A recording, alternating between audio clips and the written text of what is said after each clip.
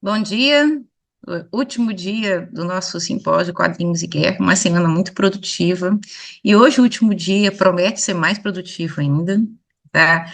Eu quero aqui só deixar um aviso: o nosso colega Renato não vai poder participar, porque ele está lá no Sul, então não tem impossibilitado de conectar na internet por conta, né, de tudo aquilo que a gente sabe que está acontecendo lá. Então, a gente tem três apresentações hoje. A gente vai ter o Arthur, o Rodrigo, né, e o Bruno. E assim, eu vou aproveitar esse iniciozinho para agradecer a presença de todos e todas durante a semana. Eu sei que é difícil você tirar um tempo nessa vida corrida que a gente tem, de escola, de trabalho, para poder assistir um simpósio, mesmo que ele seja online. E por esse esforço e por esse carinho com a gente, com aspas e com o Nupec, eu agradeço muito. Mas então, sem mais enrolação, eu vou pedir para o Arthur, por favor, abrir o microfone, se apresentar. O espaço é seu para poder nos falar sobre o seu trabalho. Bem-vindo, bom dia. Obrigado, Natânia. Obrigado, demais colegas. Bom, eu sou Arthur Gibson Pereira Pinto, sou doutorando hoje do CPDOC da FGV e pesquiso quadrinhos já há algum tempo e continuo ainda agora no doutorado também pesquisando quadrinhos, mais especificamente os quadrinhos de super-heróis da Marvel Comics, nos anos 60 e 70. Esse trabalho, essa apresentação, ela é, digamos assim, um subproduto dessa minha pesquisa para a tese. E eu estou querendo aí apresentar para vocês uma discussão de como a Marvel Comics teria se localizado no debate público americano acerca da Guerra do Vietnã durante o período mais crítico da guerra, né? Que foi a década de 60, entre principalmente os anos de aí, 1965 e 1971, que é quando começa um processo de desescalada da guerra, ou pelo menos da participação americana na guerra, né?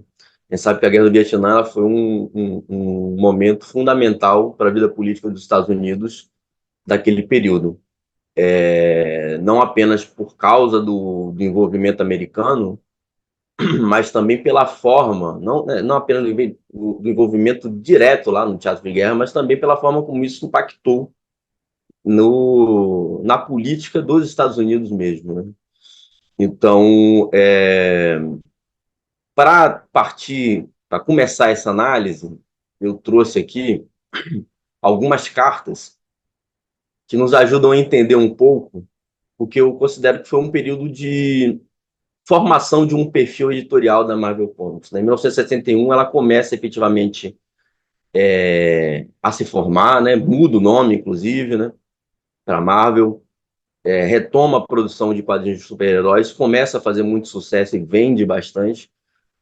Há toda uma linha de revistas sendo montadas em torno dessa fórmula, digamos assim, e a Marvel começa a formar uma voz editorial, digamos assim, e construir um perfil editorial sobre si mesma, uma percepção sobre si mesma enquanto editora, né? Uma editora supostamente bem-humorada, cheia de piadas internas, que o próprio leitor se reconhece como parte de um grupo ali, uma editora que se dizia mais sofisticada, porque produzia quadrinhos para um público mais adulto, né, de adolescentes, de jovens adultos, um público universitário, uma editora que se pretendia produtora de heróis multidimensionais, mais humanos, com problemas reais, que brigavam entre si, mas também uma editora que se.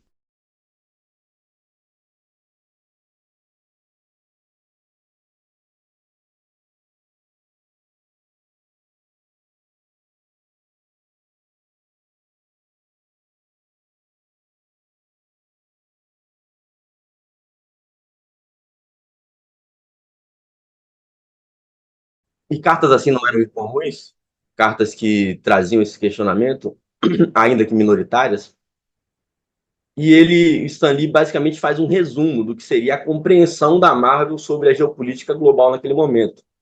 Então, ele responde: vidas americanas estão sendo perdidas neste momento, enquanto eu estou escrevendo para você, em luta direta contra os comunistas, né? Uma guerra fria está em curso entre o mundo livre e os comunistas. uma barreira de propaganda contínua é disseminada pelos comunistas contra os Estados Unidos. E aí ele fala, tudo isso daí qualifica os comunistas para serem os vilões das nossas histórias.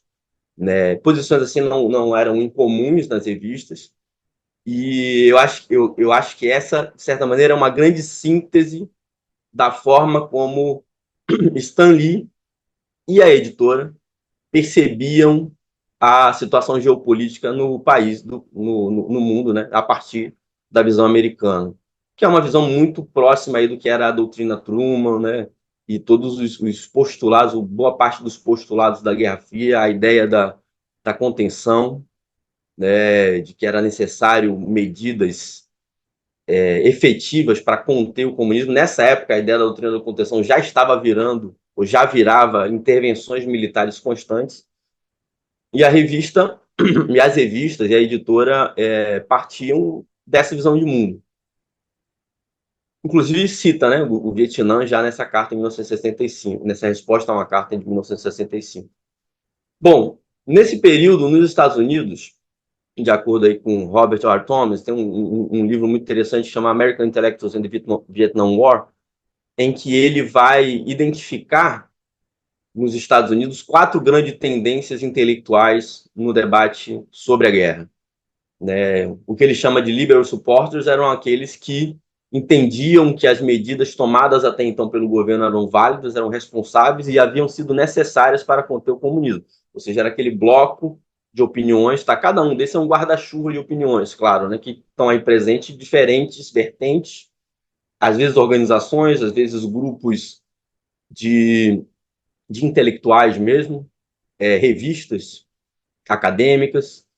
Então, os liberal supporters, eles fazem parte desse guarda-chuva daqueles que eram os que concordavam com o que estava sendo feito pelo governo americano, porque entendiam que era uma resposta necessária e adequada. Esse era um grupo majoritário até 1965, de acordo com Thomas. Os liberal dissenters eram aqueles que tinham uma visão um pouco mais crítica da maneira como os Estados Unidos estavam intervindo. Então, eles entendiam que era necessário o combate ao anticomunismo, porém, ou melhor, o combate ao comunismo, né? O anticomunismo era uma doutrina necessária para o governo americano, né? Porém, a intervenção no Vietnã era uma derrota certa. Não havia contexto para que aquilo ali virasse uma vitória. E, fatalmente, por não ser uma iniciativa que levasse à vitória, levaria ao fortalecimento do comunismo, ou seja, teria o efeito contrário. Então, eram aqueles que, a partir da doutrina do anticomunismo, a partir de uma percepção anticomunista da geopolítica americana, entendiam que aquela decisão específica sobre o Vietnã estava equivocada. Os conservadores, que eram aqueles que entendiam que não apenas o anticomunismo era uma necessidade, não apenas a invasão ao Vietnã era uma necessidade, como ela estava sendo feita em escala inferior ao necessário, ou seja, era preciso escalar imediatamente a intervenção americana no Vietnã, e os radicais, que eram aqueles que não apenas rejeitavam a política para o Vietnã, mas, de conjunto, a própria ideia de uma intervenção anticomunista no mundo. Então, a partir essas quatro grandes tendências intelectuais do debate americano, vou tentar interpretar um pouco as histórias que a Marvel trouxe durante esse período sobre o Vietnã. É importante dizer que muitas histórias também falavam sobre intervenção americana no exterior, muitas delas na América Central e na América do Sul, que era a conformação política daquela época, né, de circunscrever essa região do planeta como uma área de influência resoluta dos Estados Unidos. Até mesmo a gente sabe histórias que tratam de povos oprimidos em galáxias distantes que estavam sendo libertadas pelos heróis americanos. Tudo isso guarda um subtexto muito forte de Guerra Fria, mas aqui a gente está falando das histórias que efetivamente tratam da Guerra do Vietnã. A primeira delas, muito conhecida, está em Tales of Suspense número 39, que é a história de origem do Homem de Ferro, né? Eu separei uma... Eu não vou analisar todas elas muito detidamente, mas vou pegar elementos que eu acho importantes para a gente contextualizar. Essa história é escrita em um momento que a Guerra do Vietnã ela não é um tema de grande relevância nos Estados Unidos. Em 1963, a Guerra do Vietnã ela começa a ganhar alguma relevância, mas ainda é muito marginal. A grande maioria dos americanos não tem muita consciência sequer de que o país está envolvido em um conflito como esse. E os Estados Unidos, basicamente nesse momento, até esse momento, na verdade, estão dando um suporte ao Vietnã do Sul a partir de enviados, né, técnicos, envio de armas, consultores militares, esse tipo de suporte. É justamente isso que o Homem de Ferro vai fazer lá, né, nessa história. Ele é um cara que está indo ajudar o Vietnã do Sul com as bugigangas militares que ele traz, né? Então ele vai lá para dar o suporte, um suporte no mesmo sentido daquele que os Estados Unidos estava dando nesse momento para o Vietnã do Sul. É um primeiro momento, um momento um tanto quanto isolado também da aparição do Vietnã nas páginas das revistas da Marvel. Há uma segunda, aí já mais importante, em Tales of Suspense 61, já em 65. 65 é quando começa efetivamente o envolvimento, o engajamento mais forte dos Estados Unidos na guerra. Quando essa revista é elaborada, ela é de janeiro, então provavelmente ela foi elaborada em 64, ainda não há esse envolvimento mais forte dos Estados Unidos, mas ele já está em vias de acontecer. E essa já é uma história mais longa, em que o Capitão América vai até o Vietnã para resgatar um piloto americano que havia sido aprisionado lá. É uma história repleta de estereótipos aí asiáticos, mas que guarda ainda esse sentido de uma reação muito ponderada, né? O Capitão América está indo lá cumprir uma missão específica de salvar um piloto em apuros e, para isso, enfrenta o exército vietnamita, o exército do Vietnã do Norte e a guerrilha Vietcong, né?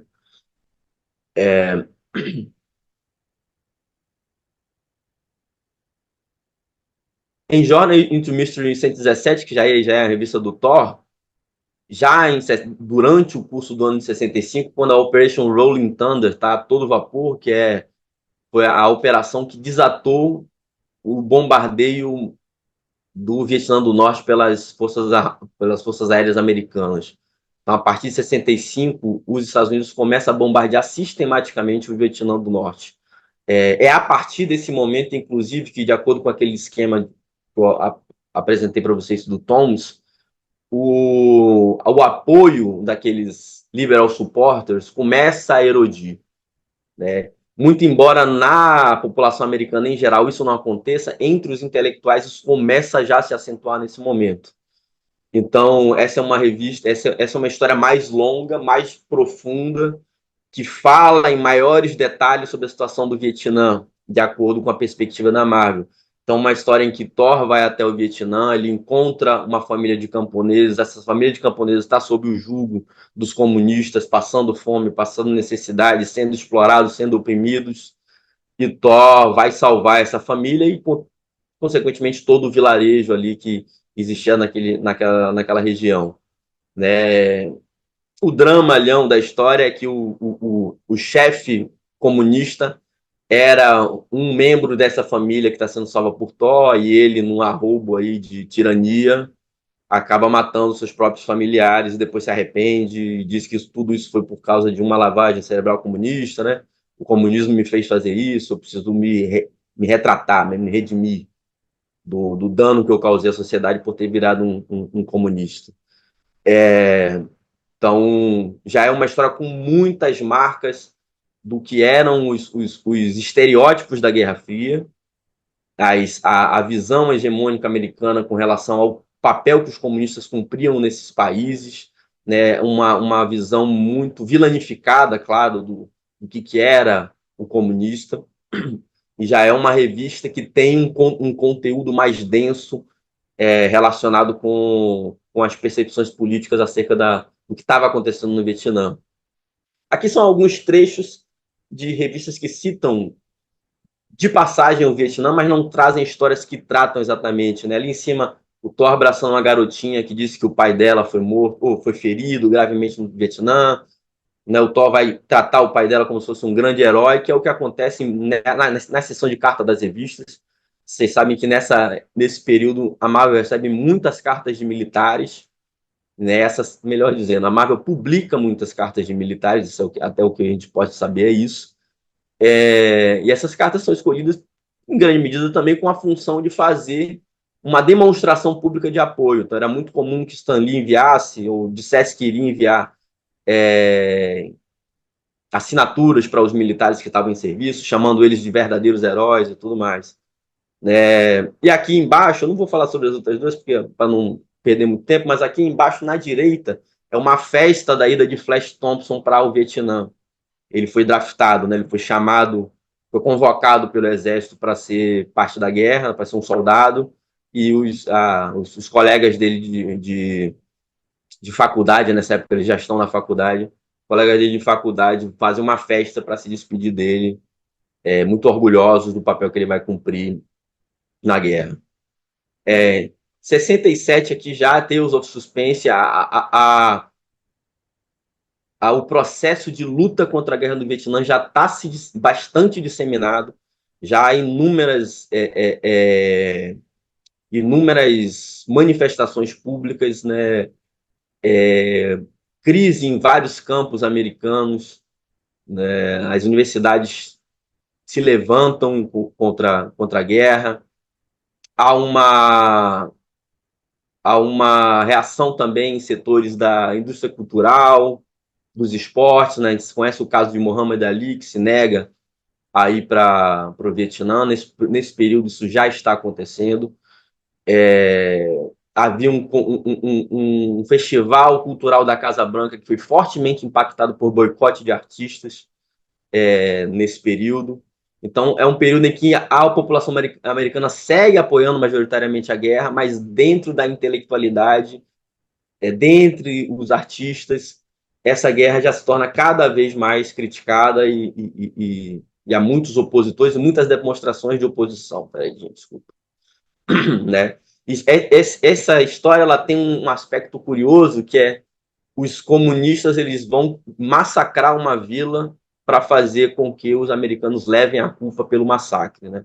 Isso é, inclusive, muito premonitório do que iria acontecer no futuro, em sentido oposto, né? Que é quando os massacres americanos no Vietnã passam a ser amplamente conhecidos a partir da crise em My Lai. Inclusive, já havia acontecido nessa época, mas a opinião pública americana só vai saber em 1969, quando as fotos são divulgadas do massacre em My Lai.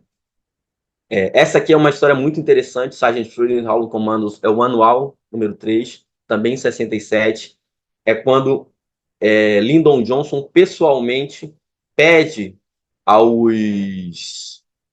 Nick Fury, né, que ele vá até o Vietnã para fazer uma ação secreta, né?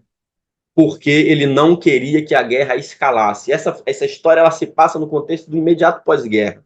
Ou seja, lá no início da Guerra do Vietnã, apesar de ela ter sido escrita em 67, ela é ambientada nesse período.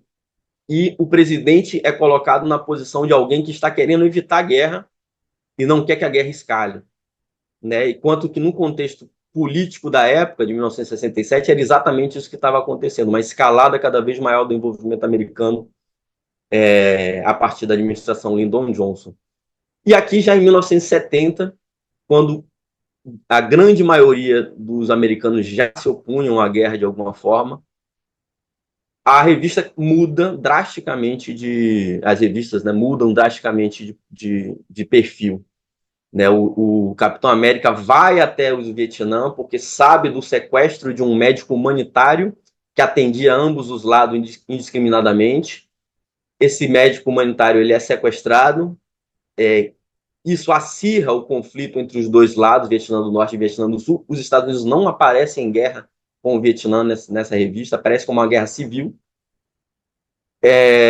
E ambos os lados estão aproveitando para tensionar, para escalar a guerra, usando o médico como uma desculpa. Né?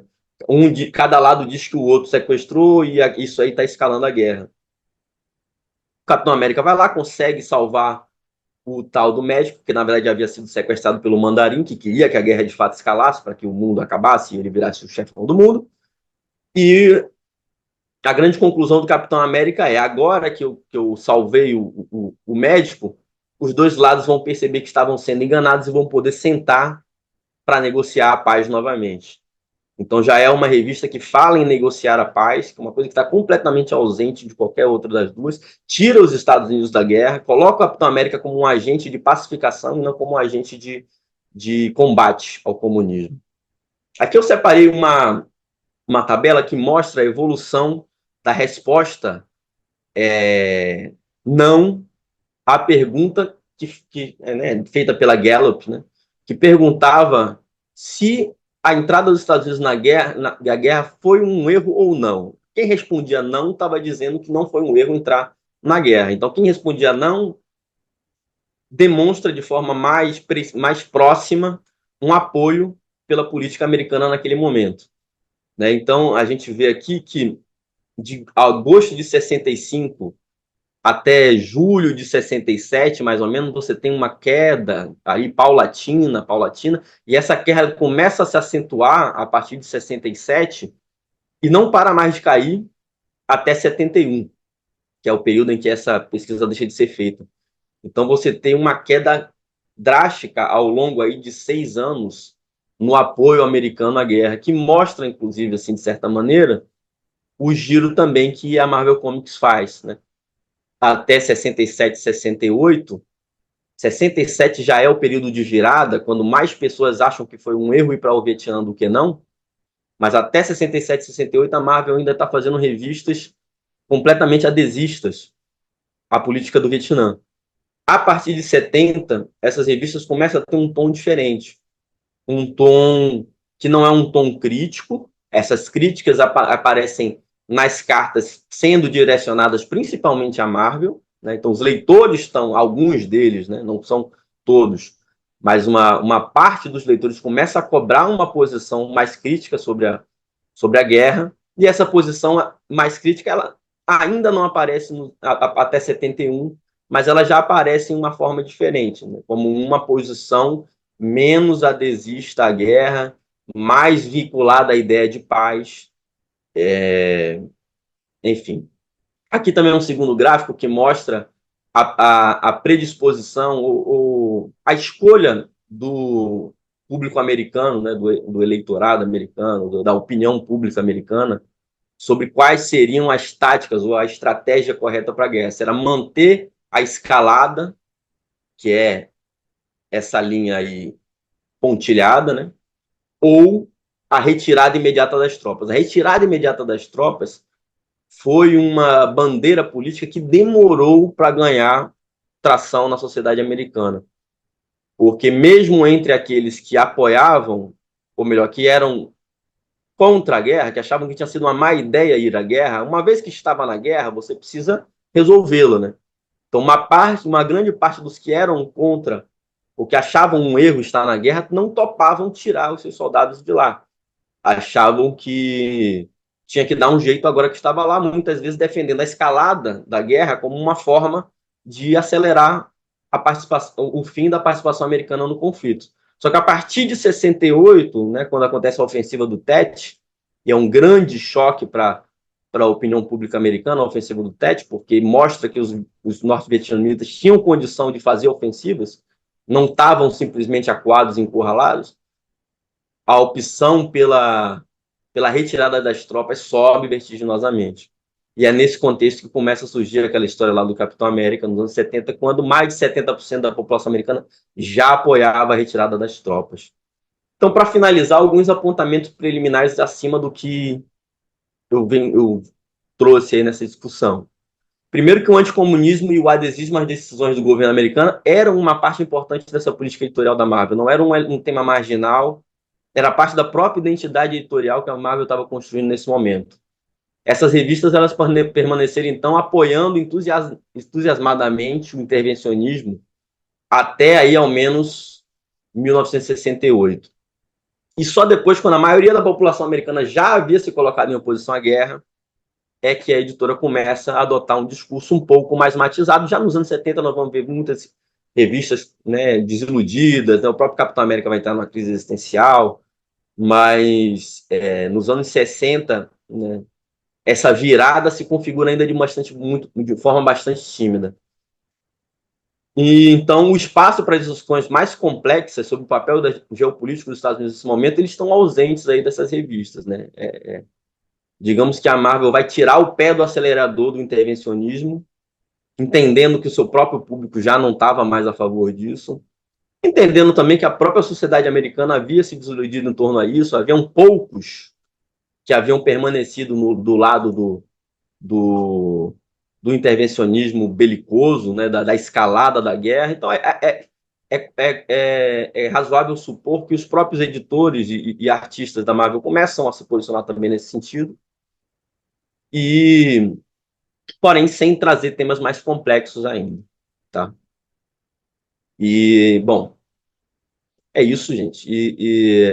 Meu objetivo aqui foi, a partir das revistas e das questões que eu pude identificar de posicionamentos editoriais nas cartas, nos próprios editoriais das revistas, tentar identificar aonde, no espectro político do que havia nesse momento de discussão sobre o Vietnã, a revista estava se localizando, né? As revistas estavam se localizando, os editores estavam se localizando. Inicialmente, num sentido muito do adesismo e do apoio ao intervencionismo militar no Vietnã, e ao final já com uma visão tanto quanto desiludida dessa política, e mais no sentido de uma afirmação da paz, que nesse contexto, no debate da época, passava pela retirada das tropas, ainda que isso não seja dito nas revistas, no contexto político da época, a paz passava pela retirada das tropas americanas do Vietnã.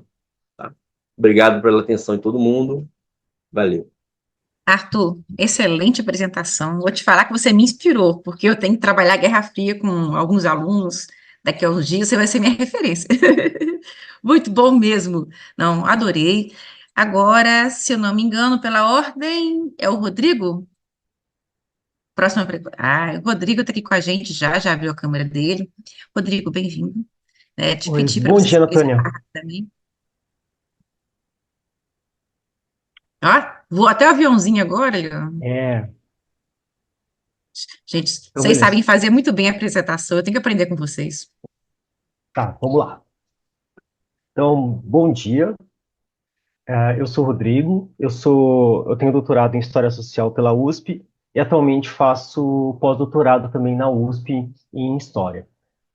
Minhas pesquisas atualmente não são sobre quadrinhos. Eu tenho pesquisado cinema e identidade masculina, questões de gênero, mas quadrinhos é uma coisa que eu pesquiso desde a graduação, assim, desde 2004, mais ou menos, que eu pesquiso quadrinhos, tá?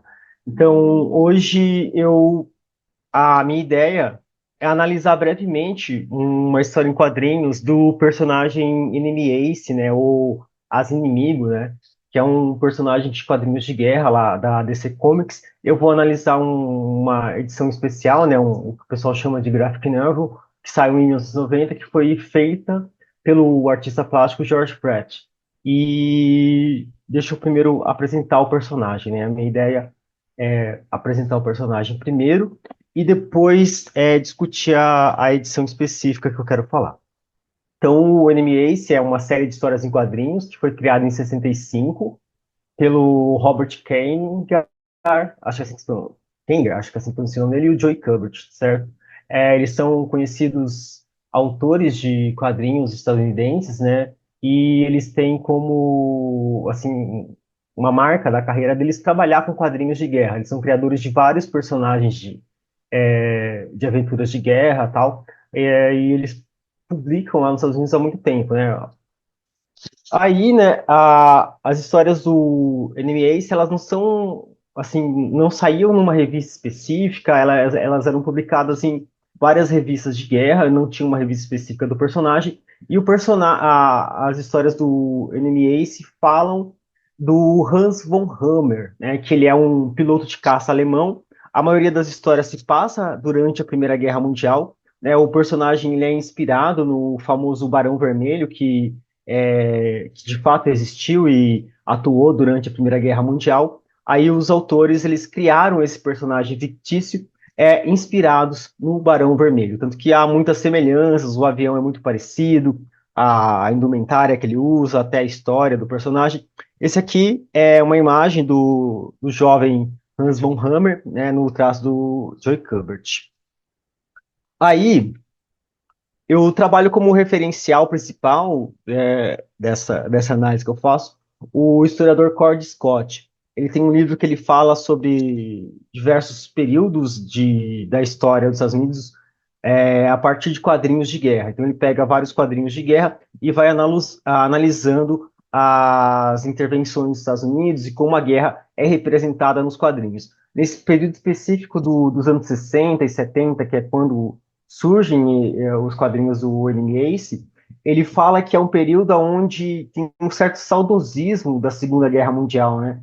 A maioria dos quadrinhos, eles retratam combates da Segunda Guerra Mundial, eles retomam a Segunda Guerra Mundial constantemente, né? Ele atribui essa insistência, né, essa permanência da Segunda Guerra Mundial nesses quadrinhos de guerra a uma certa dificuldade de lidar com os conflitos da Guerra Fria. Para o autor, as grandes guerras mundiais teriam sido conflitos no qual era mais fácil definir quem era o inimigo, as vitórias eram mais grandiosas, foi um período mais glorioso da guerra, né? Então era mais interessante retratar esse período do que ficar falando tipo da Guerra da Coreia, não que não tivesse quadrinhos que falassem sobre a Guerra da Coreia ou a Guerra do Vietnã, que como o Arthur acabou de falar, foi uma guerra que envolveu assim, uma certa, como que fala, separou a sociedade estadunidense. A sociedade estadunidense ela meio que entrou em um conflito interno com relação à real necessidade de existir a presença de tropas estadunidenses lá no Vietnã. Então, pro historiador aí citado, é, discutir a guerra do Vietnã, as guerras do período da Guerra Fria, não era muito interessante. Então, eles tinham essa tendência de voltar para o passado, voltar para o passado mais imediato, que era a Segunda Guerra Mundial. O autor também fala que é interessante, aqui eu não coloquei, mas há também, além desse retorno para a Segunda Guerra Mundial, ele fala que também eles colocam elementos estranhos. E quando eles falam da Segunda Guerra Mundial, às vezes eles começam a colocar dinossauros, animais gigantes. Então, além de ter que lutar contra soldados nazistas, os soldados estadunidenses também lutam contra dinossauros, animais gigantes. Também há um deslocamento temporal e espacial. Os soldados eles não lutam mais em campos de batalha reais, eles vão para cidades imaginárias, países imaginários, tá? Então há todo sei lá, uma tentativa de afastar esses quadrinhos de guerra do mundo real, das guerras do mundo real, mesmo fazendo referência a uma guerra que realmente aconteceu, como a Primeira ou a Segunda Guerra Mundial, tá? Então, e o interessante que ele também fala é que Enemy Ace foi um dos quadrinhos de mais sucesso da época. Ele fala de 3 quadrinhos de guerra que fizeram muito sucesso. Um deles é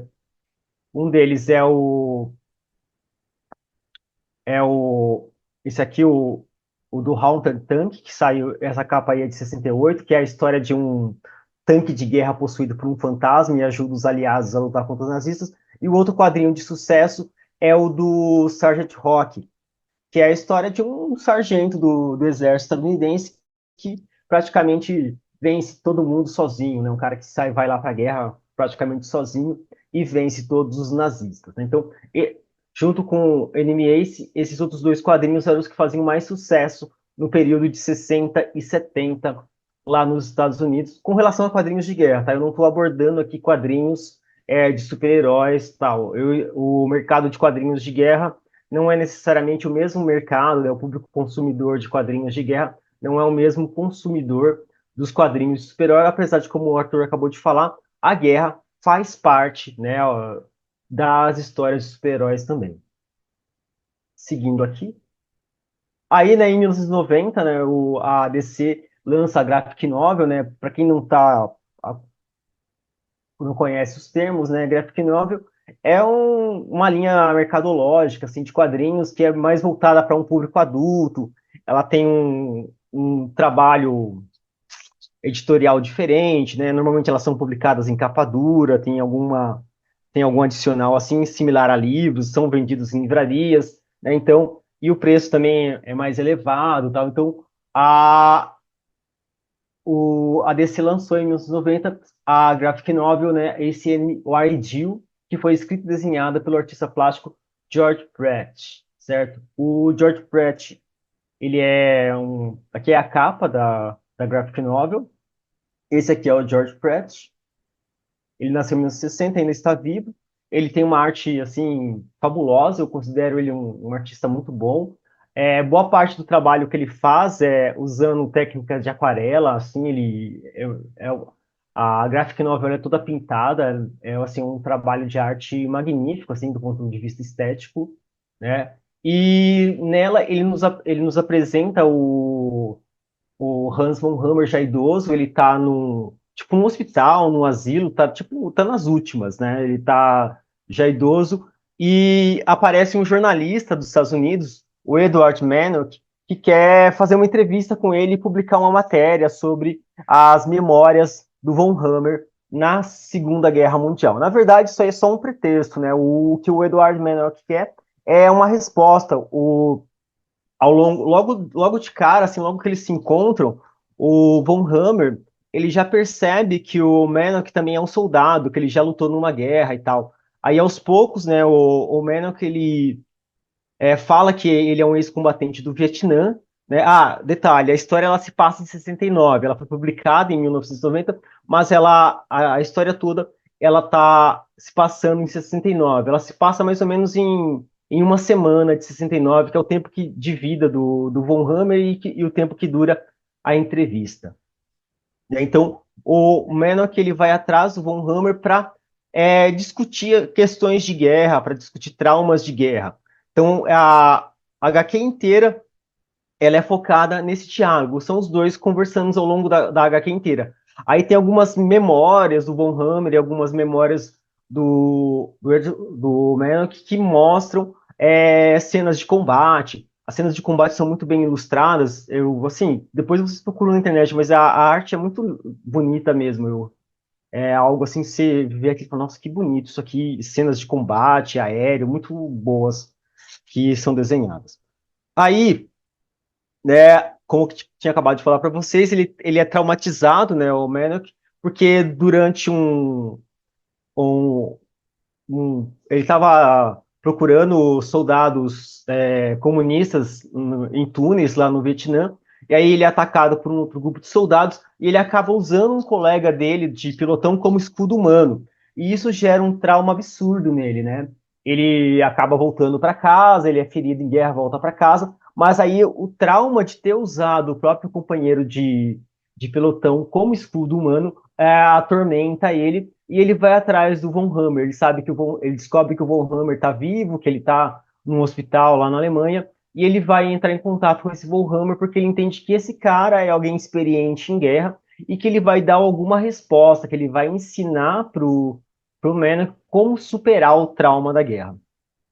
Aqui tem uma imagem do Von Hammer já bem idoso. Dá para ver que ele está aqui lembrando o passado. Dá para ver que tem o avião dele, o vermelho, e outros aviões aqui. Ele lembra de forma interessante do personagem, né? É que ele lembra da guerra de várias formas. Ele lembra da parte horrorosa da Guerra das Mortes, mas ele também lembra da glória de derrubar os inimigos, de vencer, de conquistar território para o seu país, para a Alemanha. Então, o Von Hammer é um personagem bem interessante, assim, ele tem uma certa profundidade que outros personagens não têm. Ao mesmo tempo que ele entende que a guerra o força a matar pessoas que talvez não precisariam morrer, ele também entende que é necessário matar aquelas pessoas porque ele está defendendo o seu país, ele está lutando por uma causa maior, né? Então aqui é o Von Hammer em 69, né, no seu quase leito de morte, tá? E esse aqui é o Manock, tá? Que ele está numa máquina de escrever, digitando não, datilografando as memórias do Von Hammer, né? Enquanto ele procura uma cura para o seu trauma, né? Ele quer saber como se livrar do trauma de guerra. Aqui eu separei uma página, pessoal, para vocês terem ideia, que é um dos diálogos mais interessantes. É quando o Manox ele chega e pergunta pro Von Hammer como é que ele consegue, né, lidar com tudo que ele fez na guerra, com todas as atrocidades que ele cometeu na guerra. Como é que ele consegue viver com aquilo? Como é que ele está vivo até hoje, tendo matado um monte de gente ao longo de duas guerras, né?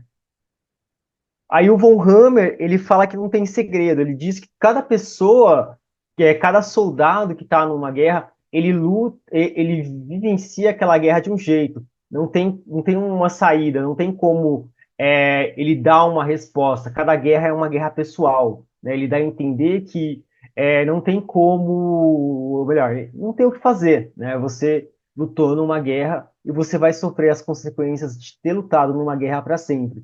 Ele fala que mesmo tendo se passado 50 anos que ele matou pessoas na guerra, tal, ele ainda não esquece da guerra. A guerra está sempre vívida na cabeça dele e ele entende que o único momento que ele vai ter de paz, que ele vai conseguir descansar, vai ser quando ele morrer. E que é o que ele está esperando, né? O Von Hammer, ele só espera o momento da morte, aonde finalmente, né, essas memórias dolorosas, tudo que ele viveu no campo de batalha vai passar. O interessante que tem nessa história é que o Von Hammer, por ser um piloto de avião, né, por atacar por cima, ele não conhecia, né, de fato, a realidade da Primeira Guerra Mundial, né? Ele não estava nas trincheiras da Primeira Guerra Mundial. Então ele via a guerra de um outro ponto de vista. Então, para ele, a guerra tinha uma outra aparência do que dos soldados que estavam na parte de baixo, né, os que estavam lutando nas trincheiras. Então tem um momento da história em quadrinhos que o avião dele é abatido e ele cai em meio às trincheiras lá da guerra. Ele começa a andar lá pelas chamadas No Man Land, né? E aí ele enfrenta soldados ingleses, tal, ataque de bomba de gás e coisas assim. E ele faz de tudo para sobreviver. A história em quadrinhos mostra que essencialmente o Von Hammer é um homem apegado à sobrevivência. Ele é capaz de tudo para sobreviver. O que ele preza em primeiro lugar é a sua própria vida. Ele fala que tem um momento que ele tem que roubar a máscara de gás de um soldado britânico. Ele fala que se fosse um companheiro dele alemão, ele também roubaria a máscara de gás, porque para ele o mais importante é sobreviver. Ele tem um instinto de sobrevivência muito grande. E ao mesmo tempo, o Von Hammer, ele se coloca como alguém que é movido pela honra. O mais importante também para ele é a honra, né? Então ele é uma mistura de um soldado que acredita na honra, né? A honra é algo que move ele tenta ser o soldado mais honrado possível. Aqui eu coloquei uma imagem onde ele fala que ele acreditava muito na honra, né? O Mano que pergunta pergunta para ele, o que você achou da sua guerra? Você achou que sua guerra era uma guerra boa? Ele não responde se achou a guerra boa ou não, que a guerra era justa ou não. Ele fala que ele acreditava na honra. Ele queria defender a honra do seu país, a sua própria honra. Então, ele lutou na Primeira Guerra Mundial acreditando nisso e era isso que movia ele. Sem falar, né, desse que eu acabei de falar, desse instinto de sobrevivência. O Meno que ele já não consegue lidar nem com nenhum nem com o outro.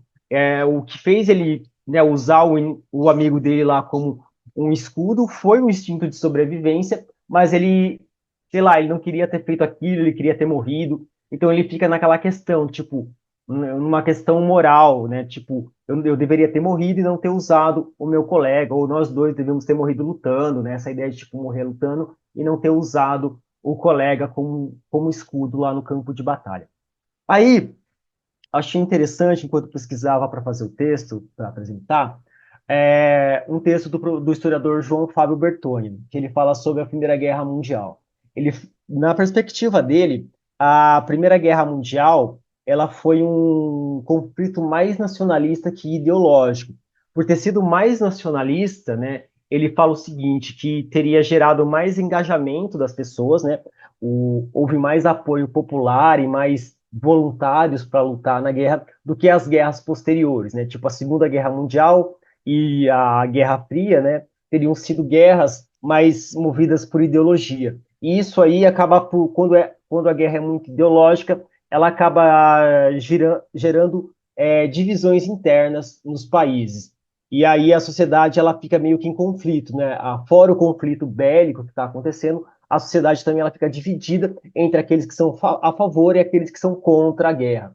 Então, na perspectiva dele, né, a partir da Segunda Guerra Mundial, fica cada vez mais difícil conseguir um consenso geral nas nações para engajar as pessoas na guerra.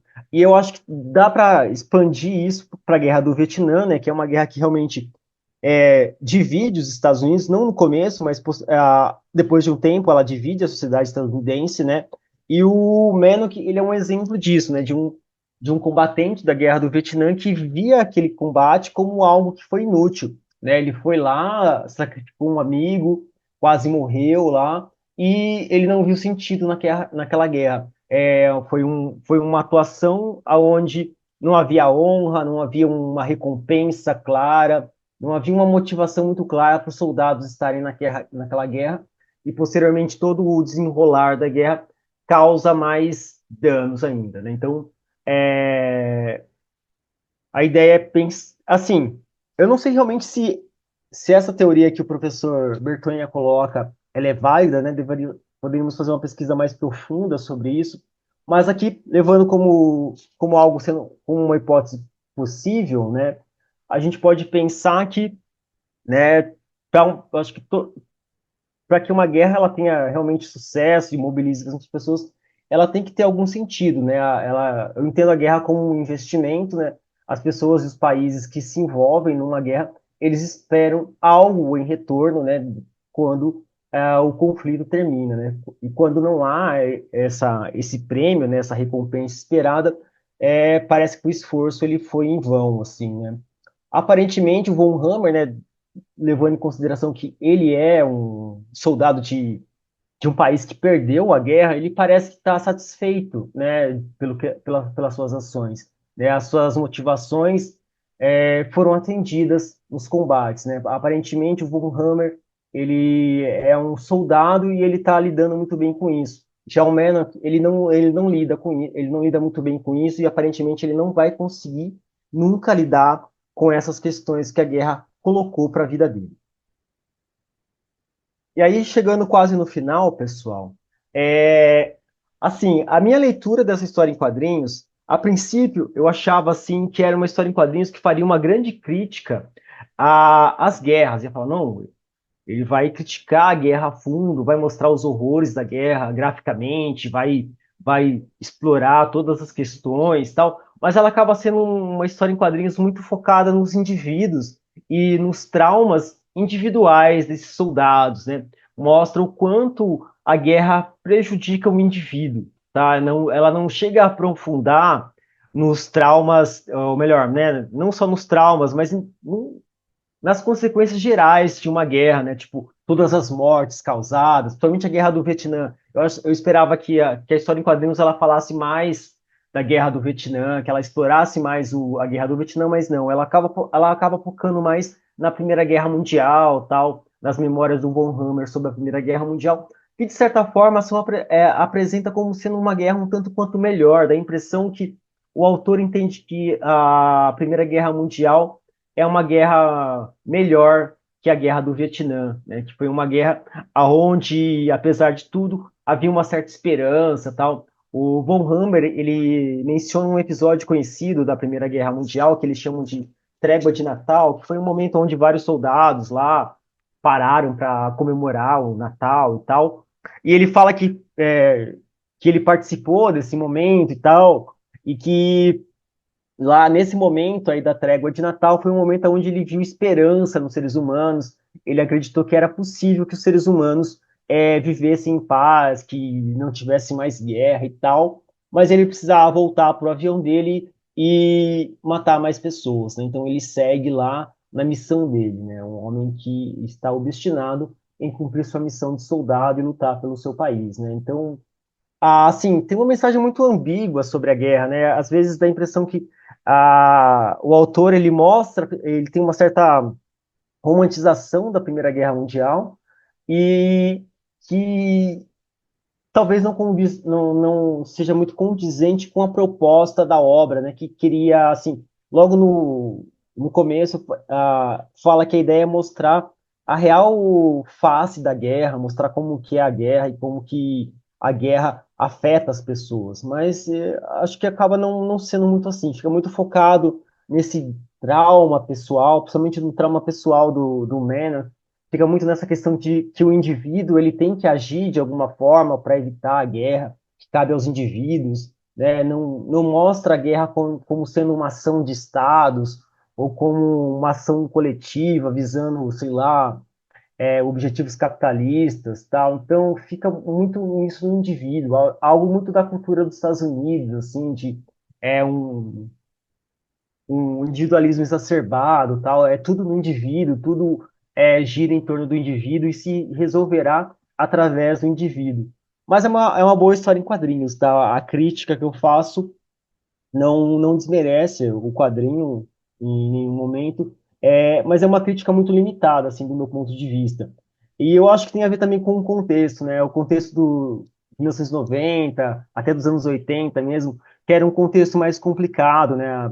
A Guerra Fria estava no fim, havia, né, governos ultraconservadores no poder nos Estados Unidos, tipo o governo do Reagan, posteriormente do Bush pai, que eram governos que, principalmente o governo do Reagan, que eles estavam tentando mudar a memória, né? Havia uma disputa pela memória da Guerra do Vietnã, né? Eles queriam mostrar que ela não foi uma grande derrota, queriam rever o conflito, né? Então havia uma disputa por essa memória da guerra. Eu acho que a HQ acaba não aprofundando muito na crítica à Guerra do Vietnã devido a esse momento histórico, mas é só uma hipótese também, né? É algo que precisa ser trabalhado melhor aqui. Então, é basicamente isso, pessoal, que eu tinha para falar para vocês. Aqui uma última imagem, né? Ao fim da história, né, dando spoiler para vocês, o Von Hammer morre, né? E ele espera ser levado para Valhalla pelas Valquírias, né? E tem uma cena muito bonita que uma pomba branca pousa na mão dele, né? Então, aparentemente a paz só vem com a morte, tá? É isso, pessoal. Obrigado a todos. Nós agradecemos a participação, Rodrigo. O Arthur vai ter que dar uma saidinha, então aí a gente, se alguém quiser fazer um questionamento para ele, ele poderia responder agora, pode ser, Arthur? Se tiver alguma pergunta, alguma coisa, porque ele vai ter que realmente sair mais cedo um pouquinho. Pode ser assim, tá? Pode ser? Então, assim, tá aberto rapidinho. A gente hoje tem um tempo um pouco mais largo também. E a gente aproveita também, já que quem for perguntar alguma coisa pro Arthur, pode aproveitar e perguntar para o Rodrigo também. E a gente finaliza com o Bruno, pode ser? Olha, sem problema, mas vou aproveitar e já faço uma pergunta aqui Ah, pro, ótimo. pro Arthur, que é o seguinte, né? Então, é interessante, né, que ele mostrou como que a Marvel editorialmente vai se adaptando ao gosto dos leitores, né? Isso que é bem interessante, né? Então, conforme a opinião pública foi mudando, a Marvel foi mudando ali o posicionamento, né? Mas como é um volume de produção muito grande, eu queria saber se na pesquisa dele ele conseguiu detectar algumas histórias, assim, nem que sejam, né, uma ou outra, mas que vai no sentido contrário, ou seja, que vai contra o que a opinião pública estava naquele momento, né? O volume, como, né, o quadrinho super-herói, o volume de produção é muito grande, né? A vira e mexe a gente acaba achando um outro quadrinho que meio que vai negando o que está, né, o que está na massa ali da produção, né? Era isso que eu gostaria de perguntar aí para o Arthur. Bom, Bruno, eu do que eu pude perceber, não há não percebo uma história que seja o oposto do que a opinião pública estava pensando. Até porque, bom, esses conceitos são até meio complicados, mas de qualquer forma, vamos pensar o seguinte: com relação à Guerra do Vietnã,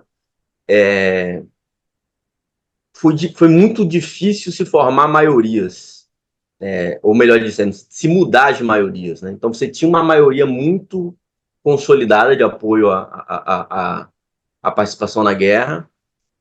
Alguns autores falam, inclusive, de um apoio que era quase que por padrão, sabe? Há autores que detectam que eleitorado ou o público americano ele vai tender a apoiar o seu governo em questões geopolíticas, salvo situações extremas, né, até a Guerra do Vietnã. Então, você tinha um contexto em que a maioria das pessoas apoiavam, até que há esse giro, né? Esse giro acontece aí a partir de 1968. Então, dentro desse período específico,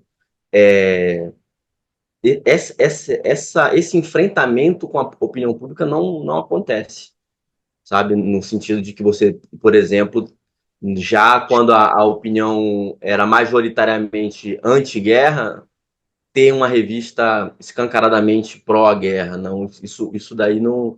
O que aconteceu foi um hiato também sem publicações, né? Aquele momento de reorganizar a tropa, né?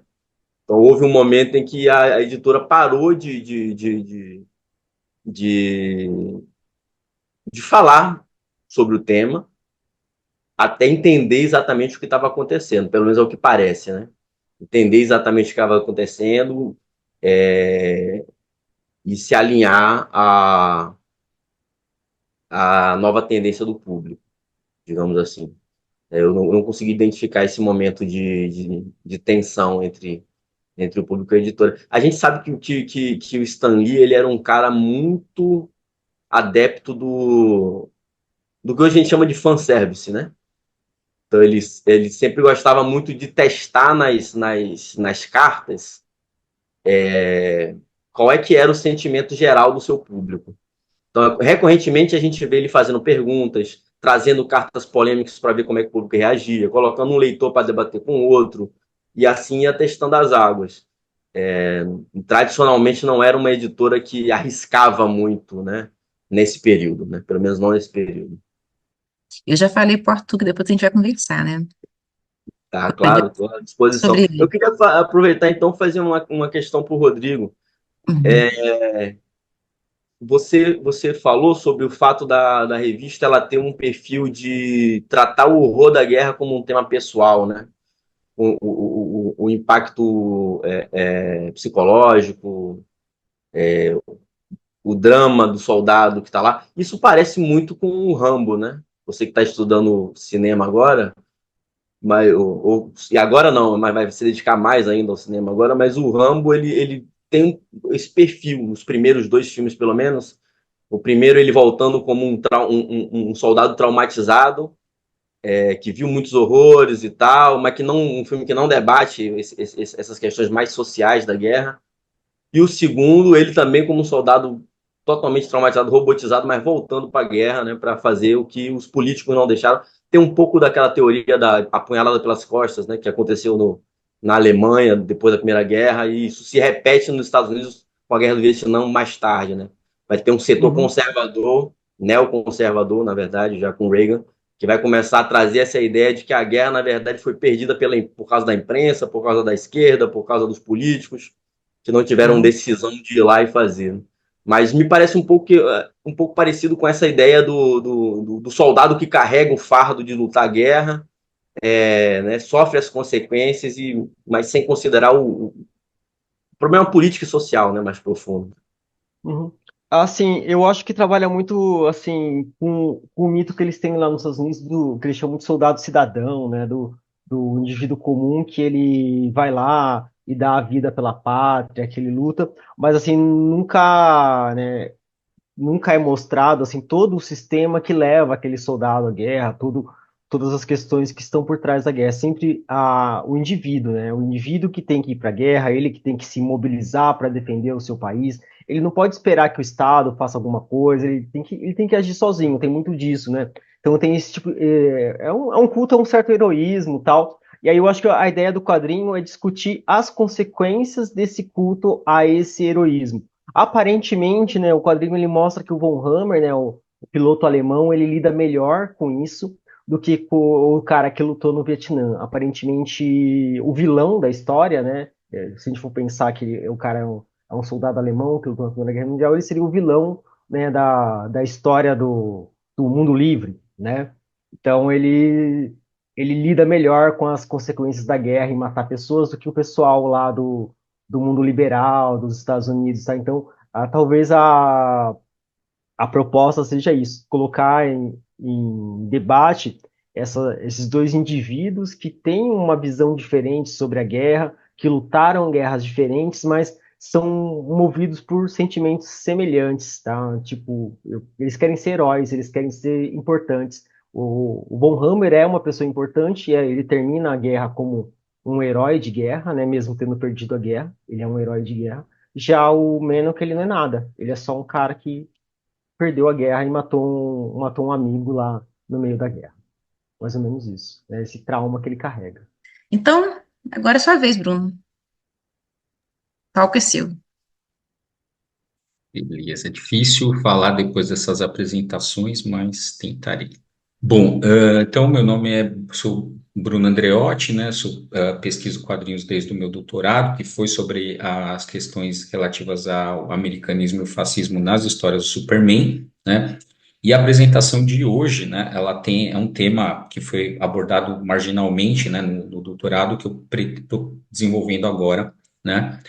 Que é, né, tão intitulado Superman no Mundo Globalizado, Intervencionismo Estadunidense, Guerra ao Terror e a Utopia da Paz. Né? Então, esse é o título. Então, os objetivos, né, eu vou explicitar por meio da análise de 3 histórias do Superman as mudanças da política externa dos Estados Unidos no mundo globalizado e do próprio personagem em comparação ao contexto da Guerra Fria, né? Então, são 3 obras, né, que eu vou analisar assim muito brevemente, claro, né? Então, Superman Paz na Terra, do Paul Dini e do Alex Ross, que é publicado em 98. What's So Funny About Truth, Justice and American Way, do Joey Kelly e do Lee Bermejo, né? Por que a única história que eu não traduzi o título foi essa? Por quê? Porque a tradução em português ficou olho por olho, né? Então, assim, péssimo título, né? Péssima tradução. Então, eu vou usar ela no original, né? E o Incidente, né, que é do David Goyer e do Miguel Sepúlveda, que é publicado em 2011. Né? Então, 98, 2001, e aí tem um salto para 2011 para a gente entender essas mudanças, né, na política e como a questão do intervencionismo da guerra vai perpassando essas histórias, ainda que de maneira, isso não fique muito no primeiro plano, mas a guerra e a intervenção, elas sempre estão ali, né, e elas vão ficando cada vez mais nítidas, é um pouco esse movimento, né, que a gente vai observar nessas 3 histórias, né, já vocês vão entender um pouquinho melhor como que isso vai ficando, a questão política vai ficando cada vez mais nítida nas histórias, nítida no sentido de explícita, assim, textualmente, não, óbvio que a questão política aparece em todas, mas é a autopercepção das ações do Superman como político, um pouquinho que a gente vai fazer um paralelo também com os Estados Unidos nesse período, né? Antes, eu acho que eu vou inverter aqui, eu coloquei esse aqui de epígrafe, né? É uma música vocês devem conhecer, famosa, né? Do Bad Religion, aí de 93, né? Com American Jesus, né? Eu vou fazer uma tradução aqui bem rápida, né? Então, eu sinto muito, né? Pela população da Terra, porque tão poucas vivem nos Estados Unidos. Pelo menos os estrangeiros podem copiar nossa moralidade, né? Eles podem visitar, mas eles não podem permanecer. Apenas alguns preciosos podem conquistar a prosperidade, né? Isso faz com que a gente se renove na nossa confiança, na confidência nessa terra dos Estados Unidos, né?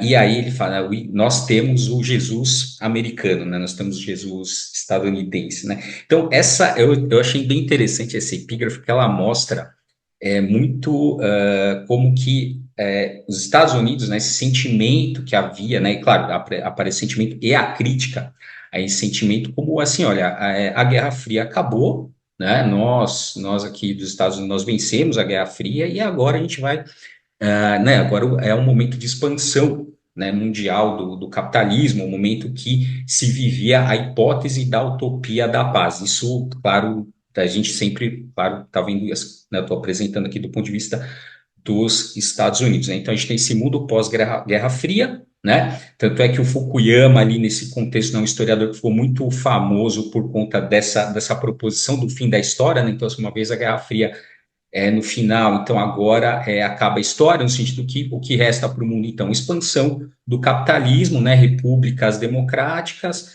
né? Então não haveria motivos para a guerra, né? Então, o momento que se sonhou, pelo menos que se imaginou que pudesse haver paz, tal, é claro, dentro da perspectiva que os Estados Unidos entendiam como paz, né?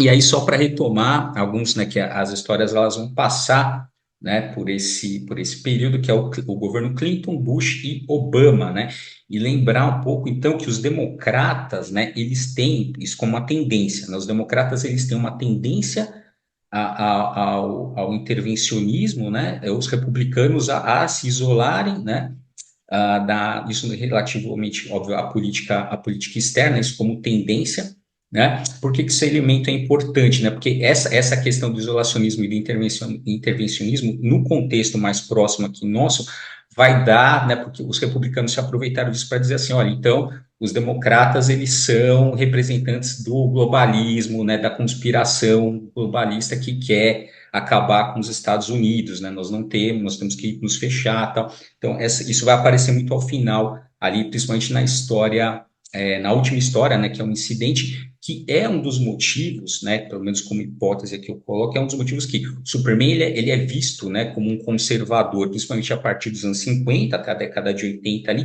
mas ele vai mudando esse perfil, né, ele vai ficando identificado cada vez mais com os liberais, ou pelo menos com o progressismo ali nos Estados Unidos, e acho que é um pouco por aí que a gente explica essa mudança aí do personagem. Isso vai ficar mais claro aqui durante a análise da história, né? Então, trouxe aqui uma citação para a gente entender quando eu comecei ali com American Jesus, né? Ontem o Nathaniel comentou da questão messiânica, né, do personagem aí do Superman, comentei a questão né, da gente dessa chave de leitura vê-lo, né, como Messias.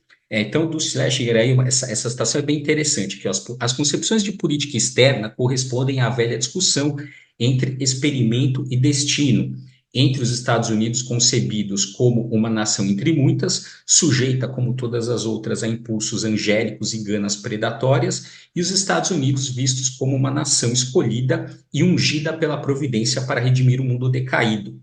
Cada uma dessas concepções gera uma maneira diferente de pensar. A primeira deriva da história e produz uma abordagem empírica dos problemas internacionais. A segunda provém da teologia e leva à secularização da teologia, que é a ideologia. O conflito entre as duas abordagens expressa o cisma na alma americana entre o compromisso com a experimentação e a suscetibilidade ao dogma, né? E é óbvio que nessas histórias o que se sobressai é justamente essa noção dos Estados Unidos como uma nação ungida pela providência, né? Então, quem vai redimir esse mundo decaído, esse mundo, né? Quem vai trazer a paz, quem vai tentar, pelo menos, trazer a paz?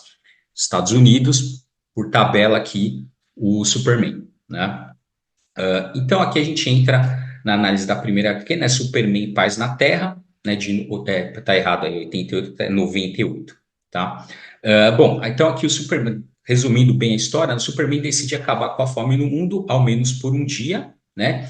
Então, aí ele reforça, né, que ele diz que não cabe a ele ditar políticas para a humanidade, ou seja, ele não vai, né, isso é um tema comum também, né, o Superman não deve intervir, né, quando ele, é curioso, né, quando ele decide intervir, ele vira um ditador, é muito comum, né, esse tema, né, só ele não intervém, mas quando ele intervém, assim, é autoritário, né.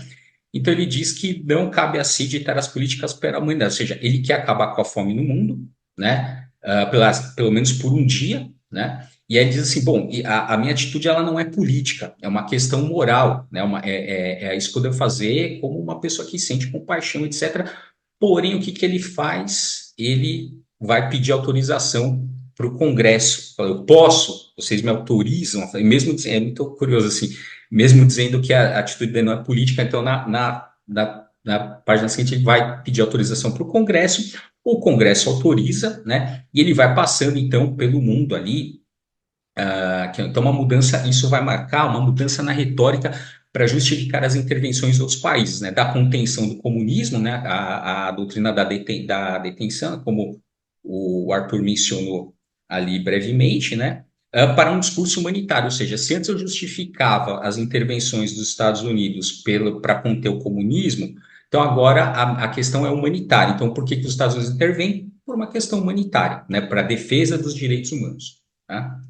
Que tem um apelo global, né? A fome e a pobreza, né, isso, na história, né, são vistos como problemas morais e não a resultado das ações humanas ou de escolhas políticas ou mesmo de um sistema econômico. É sempre uma questão moral, né? E aqui, né, nessa trecho ele fala, né, assim, olha, às vezes, acho que não dá para dar leitura aqui, mas assim, às vezes ele fala que a fome às vezes é uma questão da circunstância, mas muitas vezes, a maioria das vezes, né, muito frequentemente, é produto da crueldade humana, né?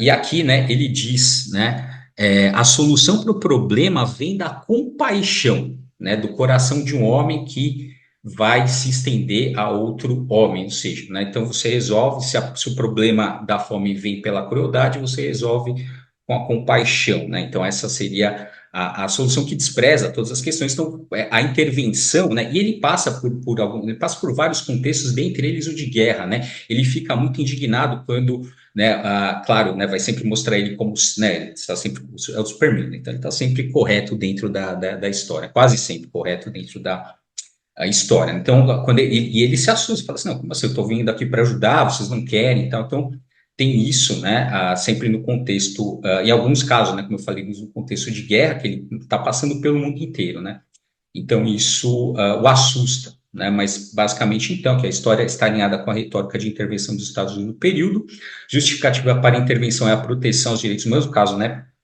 A forma tal suas políticas, é interessante, as ações ainda não são vistas dentro da história como política, ou seja, o que eu estou fazendo aqui não é uma intervenção política, eu estou fazendo uma questão humanitária, uma questão moral, né? E, obviamente, né, ao reduzir a fome e a pobreza a problemas morais, ele vai afastar soluções possíveis, né, que fatalmente implicariam em mudanças políticas estruturais ou, pelo menos, no sistema capitalismo, né? Claro que tem esse bloqueio, né? Se o problema é moral, você resolve com uma questão moral, né? Aí, a segunda, né, de 2001, né, o que é tão, né, What's so funny about truth just in American Way, o que é tão engraçado sobre a verdade, justiça e o estilo de vida americano, né, o que tem de tão engraçado nisso, né, a história se pergunta, porque também é um momento que isso vai começar a ser identificado como uma coisa antiquada, como uma coisa ultrapassada, como uma coisa vista de um tempo, então, né, da Guerra Fria, né? Então, essa história tem a animação, inclusive, né, ela foi transformada em animação. Então, nessa história, o Superman é antagonizado pelo time de super-heróis. A elite que começa a usar métodos extremamente violentos para conter uma série de ameaças terroristas e, com isso, ganham enorme popularidade em âmbito mundial. Assim, eles vão lá, resolvem, né, incluem muitas ações terroristas, né, que são classificados como terroristas, né, a elite vai lá e simplesmente mata aquelas pessoas, né? Intervém de maneira muito é assimétrica, né? Aliás, é uma das características do conflito, né? Começa a se falar nesse período em conflitos assimétricos, ou seja, em que há desproporção entre os lados, né? O terrorismo é visto como esse conflito assimétrico, né? São grupos que são contra Estados-nação, isso vai ficar exacerbado muito, né? Principalmente, claro, após o 11 de setembro, essa história anterior, tá, a 11 de setembro, mas é curioso porque ela já vai, né, adiantar uma série de temas e motivos que vão ser muito mais trabalhados, obviamente, depois do 11 de setembro, né? E a Elite, na verdade, ela é uma transfiguração do Authority, né? Que também era um quadrinho estava fazendo muito sucesso, né? Que justamente é como se fosse uma liga o Authority, em Minas Gerais, é uma liga da justiça pragmática, assim, se o problema é que a gente vai lá e intervém, mas você matou 5.000 pessoas, tudo bem, mas eu salvei a vida de 10.000, então aquela coisa bem cruel da contabilidade de vidas, né? Então o Authority, ele resolve as coisas assim, a Elite é o Authority transfigurado, né? E olha aqui um trecho aqui do manifesto da elite, né?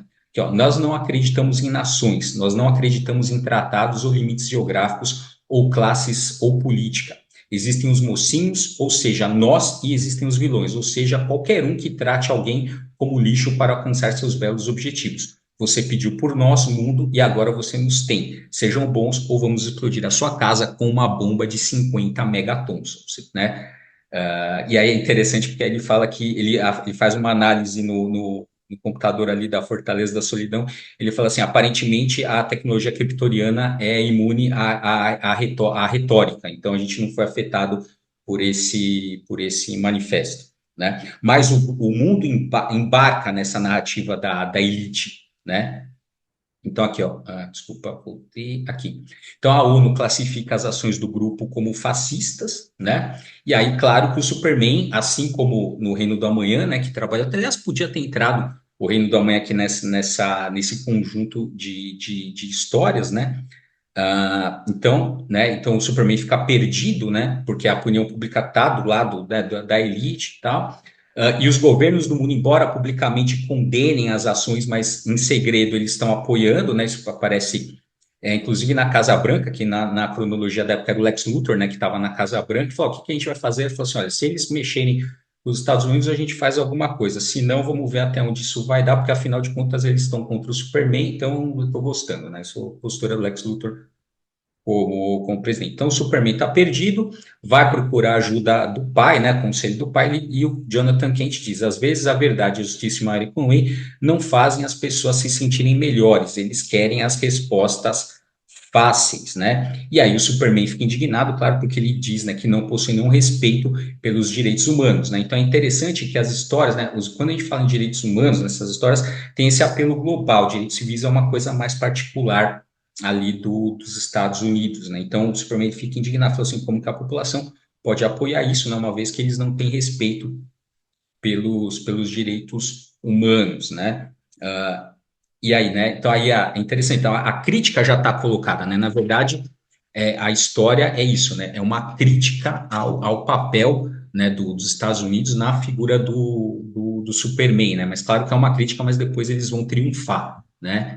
Então aqui diz: ó, verdade, justiça é a direita militar comercial americana, né? Isso que você defende. Então, verdade e justiça como apelos universais. E o terceiro elemento do tema é onde se localiza historicamente os pontos de divergência. Tanto é que nas últimas produções do Superman, pelo menos desde lá de 2006, aquele filme péssimo lá com o Brandon Routh, eles ocultam essa parte do American Way, né? Porque é isso que ficou ultrapassado, é isso que ficou ali, né, no contexto da Guerra Fria, né? E aqui, né, com a vitória do Superman sobre o grupo, o super-herói, claro que ele vai vencer, né? O super-herói afirma: sonhos nos salvam, sonhos nos erguem e nos transformam. Eu juro, até que meu sonho de um mundo onde dignidade, honra e justiça tornem-se a realidade que todos nós partilhamos, eu nunca vou parar de lutar. Nunca. Né? Então, aqui, né? Então, nessa história, né? Verdade, justiça, American Way aparecem identificados com a proteção e garantia dos direitos humanos, né? Então ele diz, né? Eu, Superman, tenho compaixão e fé em contraposição ao rancor e raiva do grupo elite, né? O apoio da população ao grupo elite pelas ações enérgicas contra os grupos terroristas, entre aspas, né? Parece ecoar o conflito entre Superman e Magog em Reino do Amanhã, entre o herói que mata e o herói que não mata, né? Isso é bem parecido nesse ponto de vista com o Reino do Amanhã, né? Então, Superman aparece identificado com a defesa de valores tradicionais, assim como em Reino do Amanhã, como se frente aos desafios do mundo globalizado, a volta aos valores do mundo bipolar bastasse, né? O Superman associado a uma certa nostalgia e o mito de uma idade de ouro que poderia ser restaurada, né? As suas ações são percebidas como tendo impactos políticos. Então, aqui é interessante, já tem um primeiro ponto de inflexão. Se lá as ações dele eram puramente morais, ele se recusa a ver, ou pelo menos a história não aparece isso de maneira nítida, ainda que contraditoriamente ali, quando ele vai pedir autorização ao Congresso, né? Mas as ações dele, ainda que moralmente motivadas, já são percebidas como tendo impactos políticos. Então, assim, ó, qual que é a questão? Eu posso intervir desde que eu respeite os direitos humanos, desde que eu tenha compaixão e fé, né? Ou seja, né? Claro que isso é uma retórica, né? Mas é assim que a questão é percebida, né? E aí a última história aqui, que é o incidente, né, que é publicado aí em 2011, né, tá aqui, o Superman intervém em um protesto do Teherã, onde apoia os cidadãos que estão protestando contra o governo, né, que eles estão classificando como opressivo. Ele age como um símbolo de esperança aos manifestantes, né? Ele age de forma não interessante. Ele fala assim, ele diz, né, foi um ato de desobediência civil, né, invocando aí o Turô, né, que grande, né, muito influente na questão política dos Estados Unidos, principalmente na questão do ativismo dos Estados Unidos, na questão da não violência e da desobediência civil, é muito forte nesse contexto também, com os movimentos anti-globalização, tinha muito isso presente, a questão da desobediência civil e a questão da questão da não violência, né, como os protestos ali de Seattle no final da década de 90, inclusive tema do meu mestrado, né? Então isso vai aparecer muito forte nessa guerra, porque ele aparece lá no Teherã e fica parado em frente ali às forças governamentais ao lado dos manifestantes, ele simplesmente não se move, né? É isso que ele faz. Mas a ação do Superman é interpretada pelos líderes mundiais como interferência política dos Estados Unidos, obviamente, né? É isso que essa imagem aqui, é isso que ele está falando, ele está se encontrando com esse representante do governo que está cobrando explicações daquilo que ele fez, né? Ou seja, as ações dele já estão sendo, né? O Superman já não é mais aquele cara, como nas outras coisas, que ele fala assim, não, minhas ações não são políticas, é uma questão moral. Não, ele já está reconhecendo ali nessa história que o ato é político. Ele não é naivo, né? Não é inocente nesse sentido, mas, né? Pelo menos, então você está vendo uma mudança aí, né? No personagem, né? Então, em resposta a essas controvérsias, o Superman diz que ele vai até, isso não mostra na HQ, mas ele diz assim, então se esse é o problema, eu vou renunciar à minha cidadania estadunidense aqui, né, a minha cidadania americana, alegando que deseja ser uma figura de justiça global, que não pode ficar atrelada a um único país, né? Ele expressa o seu desejo de ajudar as pessoas ao redor do mundo sem estar vinculado a uma política de nenhuma nação, né? Claro, e aí buscando ser o símbolo universal de justiça e de paz, né? Aqui está esse momento, então, que ele fica, né, parado ali em frente à multidão, e aí o que ele diz, né? Eu estou cansado de ter minhas ações interpretadas como um instrumento da política dos Estados Unidos. Verdade, justiça e American Way já não bastam mais. O mundo é muito pequeno, é muito conectado, né? Então aí, como eu falei, eu acho que aí esse é o ponto onde ele vai ficar identificado com os liberais e não mais com os conservadores nos Estados Unidos, né? Porque ele vai começar do lado que os republicanos, os conservadores, né, para não dizer reacionários, vão chamar que, ó, existe uma conspiração globalista aqui no mundo que quer acabar com os Estados Unidos. Então, o Superman vai passar a ser identificado aí desse lado, né, porque ele está defendendo, aliás, ele diz isso, né, falou assim, olha, os Estados Unidos é muito pequeno, né, a questão agora é mundial, né. Então, aqui já aponta para uma insuficiência da América em um mundo globalizado, né? E é interessante porque 10 anos depois, em 2021, o lema do Superman oficialmente, hoje, né? O tema oficial, ainda que isso não apareça muito frequentemente nas histórias, mas a DC mudou, né? Não é mais justiça, verdade ou American Way, mas sim justiça, verdade, justiça e um amanhã melhor, né? De caráter, coloquei mundo aí, mas é um amanhã, tá? Melhor, né? De caráter mais universal. Bom, então aqui as considerações finais, né? A propaganda e a política externa americana, eles conseguiram associar o American Way a uma série de valores universalmente desejáveis, né? Ou eles implicaram, né, nos convenceram que isso era universalmente desejável, como democracia, progresso técnico, desenvolvimento e liberdades individuais, que é o melhor que o liberalismo poderia oferecer, né? Ideias de fato sedutoras e chamar isso de americanismo denota uma considerável dose de demagogia, né? Porque é claro que eles vão identificar todos essas coisas interessantes aí, boas, tal, com o americanismo, né? O Superman alinhado aos interesses governamentais foi cunhado durante o contexto da Segunda Guerra Mundial e da Guerra Fria até meados dos anos 80. Nesse período, American Way eram os valores acima assinalados, alinhados à política externa americana, aqui, né? Então, principalmente a partir do 11 de setembro, o eixo central de uma nova mundial exigiu todo um realinhamento ali estratégico, né? Então, debate segurança versus liberdade, a chamada guerra-terror contra as guerras do Iraque e do Afeganistão, que vieram posteriormente, né, compuseram essa lógica de guerra. E nos quadrinhos super-heróis, a autoridade governamental com frequência era tratada com desconfiança, como a gente viu ali, principalmente na última história, como eu falei, que esse contexto ali vai ficando cada vez mais nítido, né? Como eu falei, essa história, apesar dos meus anos anterior, 11 de setembro, mas ela já prenuncia uma série de questões aí que vão ser muito fortes aí posteriormente, né? Então, essa internacionalização faz com que o Superman do início dos anos 2000 seja visto como compartilhando uma espécie de agenda liberal cosmopolita, empoderando grupos como a ONU à custa do poder americano. Isso é como os Estados Unidos, né, uma parte, pelo menos, vê essa questão, né? O que faz com que passe a ser identificado com viés liberal, esquerdista e democrata como em seus primórdios, né? Interessante, o Superman aparece como herói inicialmente da classe proletária, né? o que parece mostrar uma espécie de movimento pendular do personagem, afastando do discurso de Trump da extrema-direita, que crê em uma conspiração globalista contra os interesses dos Estados Unidos, ao mesmo tempo em que vê o Superman como um representante dessa mesma conspiração, né? Então, aí, né, no século XXI, após a queda das Torres Gêmeas, a guerra do Iraque, a ocupação do Afeganistão, Trump, China como potência política e econômica e o mercado globalizado, manter o Superman ligado ao American Way e vinculado ao governo americano não só é um mau negócio, mas também não expressa mais o que o personagem representa, né? Uma mudança gradativa em seus princípios. É isso, né? Então, aí só para aqui acho que acho que eu cliquei em alguma. Vocês estão me ouvindo? Vocês conseguem me ouvir? A gente está ouvindo sim. Ah, tá. Não, acho que eu tivesse clicado alguma coisa aqui. Bom, então aí estão as referências, né, da apresentação. E é isso. Então, só para fazer uma recapitulação, né?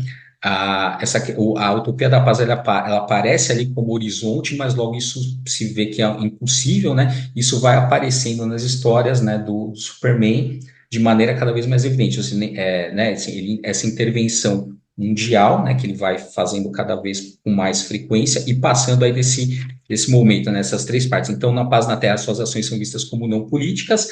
Na segunda história, né, no What's So Funny, lá, ele aparece já as ações são morais, mas com implicações políticas nítidas, né? Ele reconhece isso, e na terceira ele já tem essa percepção de que sim, isso é político, sim, é isso que eu preciso fazer, o American Way está ultrapassado. Como eu falei, é claro que sempre é uma questão ideológica, é muito mais fácil você vender o Superman sem a questão nacionalista do que com a questão nacionalista, ainda mais nesse contexto aí pós-Guerra Fria. É isso, gente, muito obrigado. Aliás, a gente tem que ver também que esses personagens, eles são apropriados de acordo com o contexto, né? Uhum. Sim, Olha, essa é uma é, característica, né? Porque eles mudam, né? Se não mudasse, eles já não seriam mais publicados, não estariam mais em voga. pois é. Então, eu vejo muito isso, principalmente em personagens Superventura, esses mais antigos, principalmente, passa na mão de vários roteiristas, vários desenhistas, e cada um vai dar para ele, adaptar ele ao contexto, né? Essa adaptação do contexto é legal, que a gente pode até fazer até um apanhado histórico disso, né? De como a mídia, ela se adapta à questão do contexto, mas ao mesmo tempo também acaba desfigurando o personagem, né? Às vezes você não reconhece mais aquele personagem, de como ele foi criado e como ele se torna. Eu acho que quem passou muito por isso, além do Superman, é a Mulher Maravilha também. É como se eles são montados e desmontados à medida da conveniência, né? Tanto do Sim. mercado quanto do contexto. Sim, assim, é o caminho, assim, não tem como, né? Até, como eu falei, se você tenta manter ele como ele era, ou em determinado período, você vai condenar ele a ficar, assim, não vai ser mais publicado, o público vai perder gradativamente O o interesse, interesse. né? E aí até é uma crítica muito comum, né? Porque você conhece o Superman, né? Esse personagem, você conhece um determinado momento da sua vida, então, sei lá, você acompanha uma fase no quadrinho, você acompanha um desenho, você acompanha um filme, e aí você se afasta, e de repente, quando você vai encontrá-lo de novo, você fala, não, peraí, não é né, não é o Não que é eu bem isso. conheci. E aí começa aquele discurso, porque na minha época o Superman era melhor, porque não tinha isso. E aí você sabe que padrinho de super-herói nunca teve política, esses discursos que a gente sabe que são equivocados, mas que são frequentes, né? Aí Dificilmente. é, Ó, o Sam tem uma aí pergunta para você. Ó, Superman, entre foice e martelo, rompe alguns paradigmas. Qual a sua principal visão dessa obra? Então, a Foice e o Martelo é um Elseworld, né? Interessante, porque mostra, né, o que teria acontecido se o Superman caísse, na União Soviética ali, né?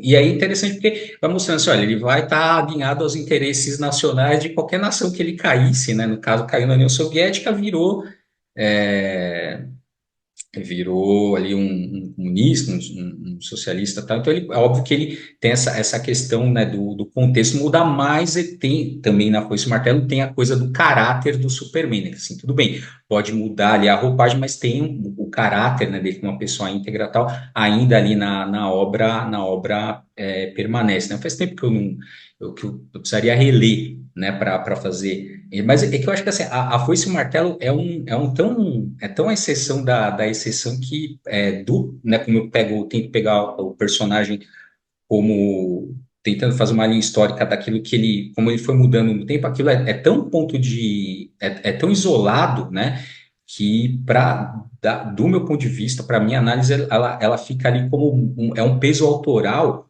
muito grande, digamos assim, para a gente encarar o Superman, né? Eu falei, tem esse, e a gente pode se encarar, porque o Superman nessa saga que ele vai, claro, virar um autoritário, lógico que o autoritarismo, de acordo ali, a questão da União Soviética, tudo bem que, se eu não me engano, acho que ele está sendo manipulado, acho que é pelo Brainiac na história, alguma coisa assim, não lembro direito, né? Mas eu acho que é isso, assim, é uma visão muito particularizada, é um Elseworld ali, né? Diferente, por exemplo, do Reino do Amanhã, que é um Superman que a gente conhece num outro contexto, e aí sim, né, como eu falei, o Superman não intervém, mas quando ele decide intervir, vai ser autoritário, assim, vai resolver do pior jeito possível, né?